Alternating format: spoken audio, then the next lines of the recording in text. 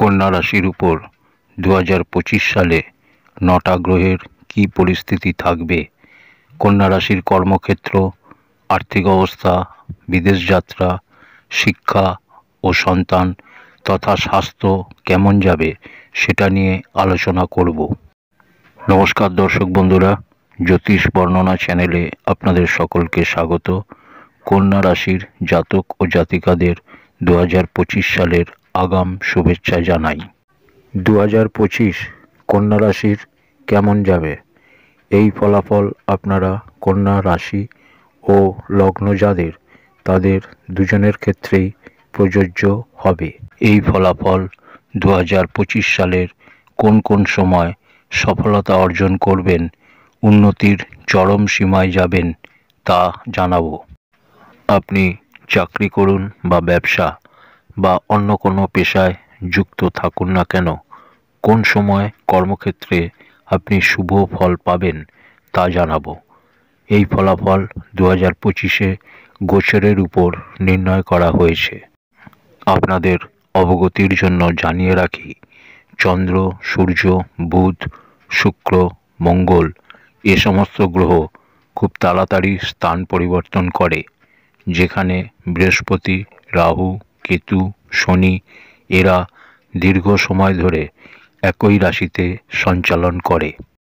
কন্যা রাশির ক্ষেত্রে এই ছক 2025 সালের 1 জানুয়ারির গোচরের উপর ভিত্তি করে বানানো হয়েছে। সবার প্রথম কন্যা রাশির কর্মক্ষেত্র নিয়ে বলি। কন্যা রাশির ক্ষেত্রে লগ্নের অধিপতি কর্মের অধিপতি হয়। এটাও একটা কারণ যে এটার জন্যই আপনাকে সংঘর্ষ বেশি করতে হয়। কর্মক্ষেত্রের অধিপতি বুধ অর্থাৎ মিথুন রাশি বছরের শুরু থেকেই অর্থাৎ 4 জানুয়ারি থেকে 27 ফেব্রুয়ারি অবধি বৃশ্চিক রাশি থেকে ধনু আর কুম্ভ রাশিতে গোচর করবে মকর রাশি হয়ে। বছরের শুরুতেই অর্থাৎ 4 জানুয়ারি থেকে ভালো যোগ তৈরি হচ্ছে যে আপনার শুরু থেকেই সফলতার রাস্তা খোলা আরম্ভ হবে।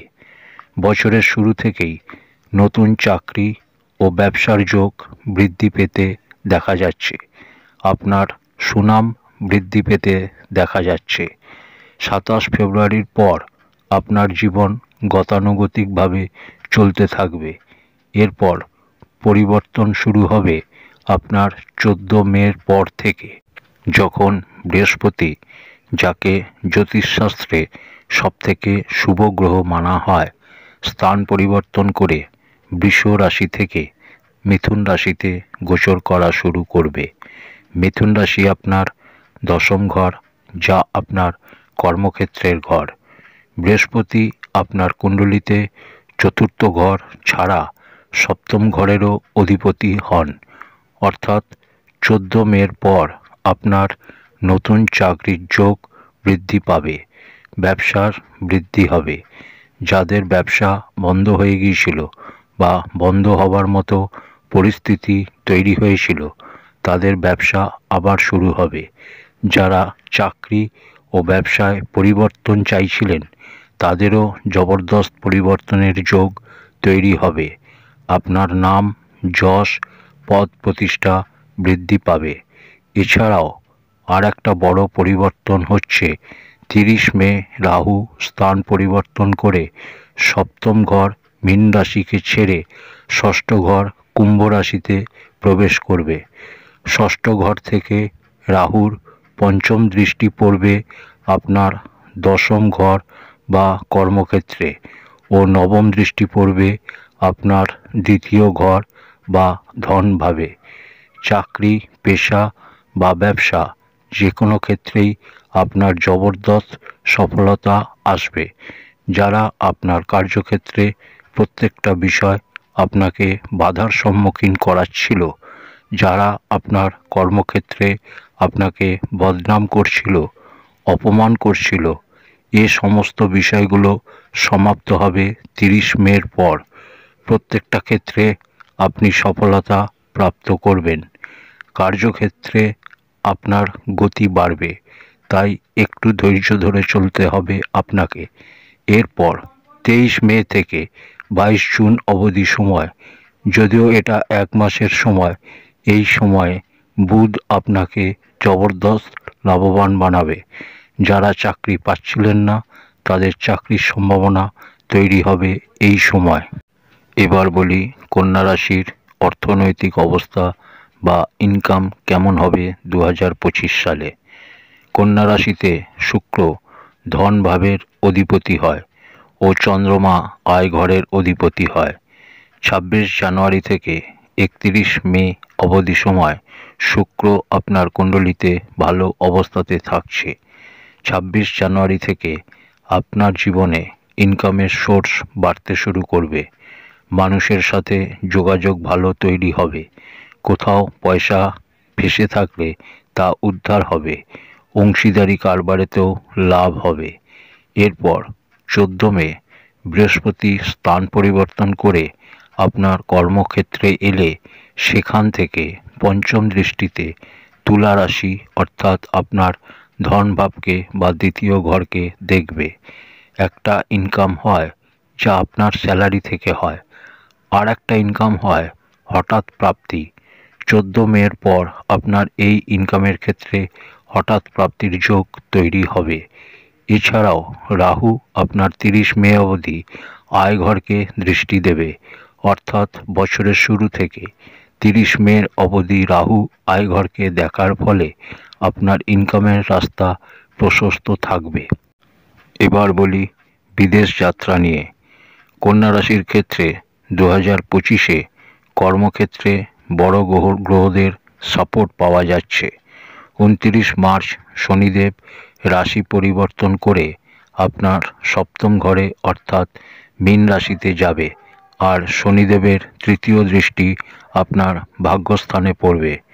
শনির সপ্তম ঘর থেকে ভাগ্যস্থানে দৃষ্টি দেওয়া ও কেতুর 30 মে স্থান পরিবর্তন করে দ্বাদশ ঘরে অর্থাৎ কন্যা রাশি থেকে সিংহ রাশিতে যাওয়া বিদেশ যাত্রার যোগ তৈরি করছে।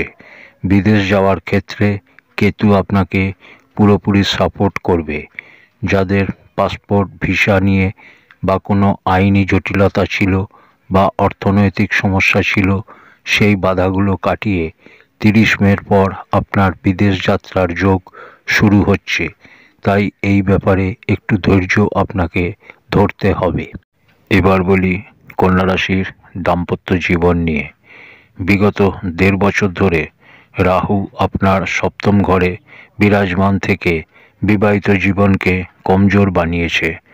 অবৈধ সম্পর্ক তৈরি হয়েছে, ভুল জায়গায় বিবাহ হয়েছে, বিবাহ হয়নি।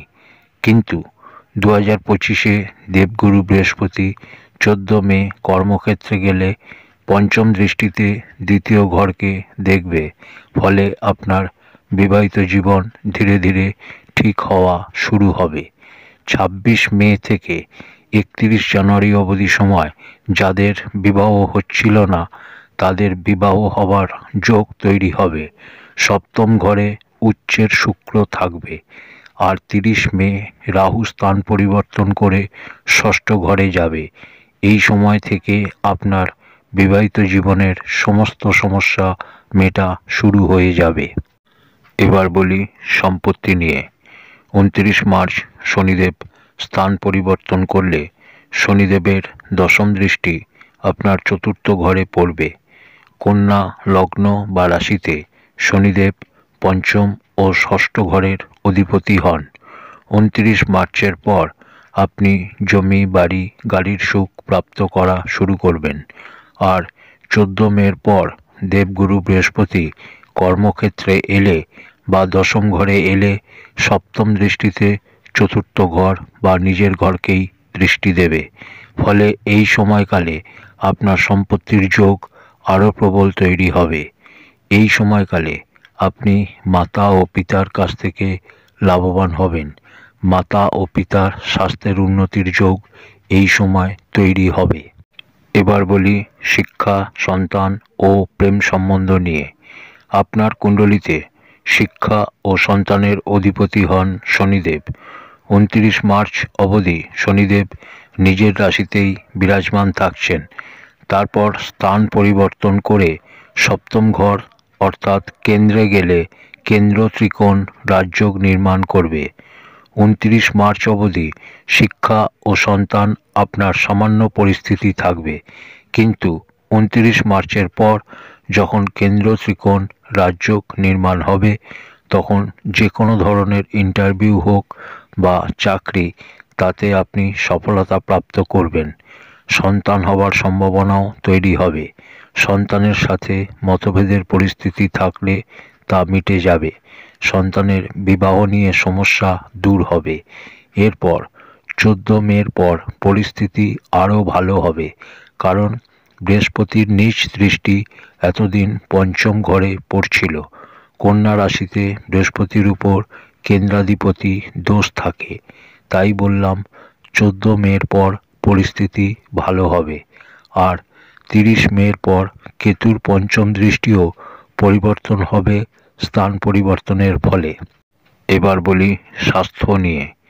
29 মার্চ শনিদেব স্থান পরিবর্তন করলে যাদের পেটের সমস্যা, গলা সংক্রান্ত সমস্যা, মাথা ধরার সমস্যা, এই সমস্যাগুলো দূর হবে। প্রিয় দর্শক বন্ধুরা, এই ছিল 2025-এর কন্যা রাশির বার্ষিক রাশিফল। আজ এই অবধি। পরের ভিডিওতে আবার কথা হবে। ধন্যবাদ।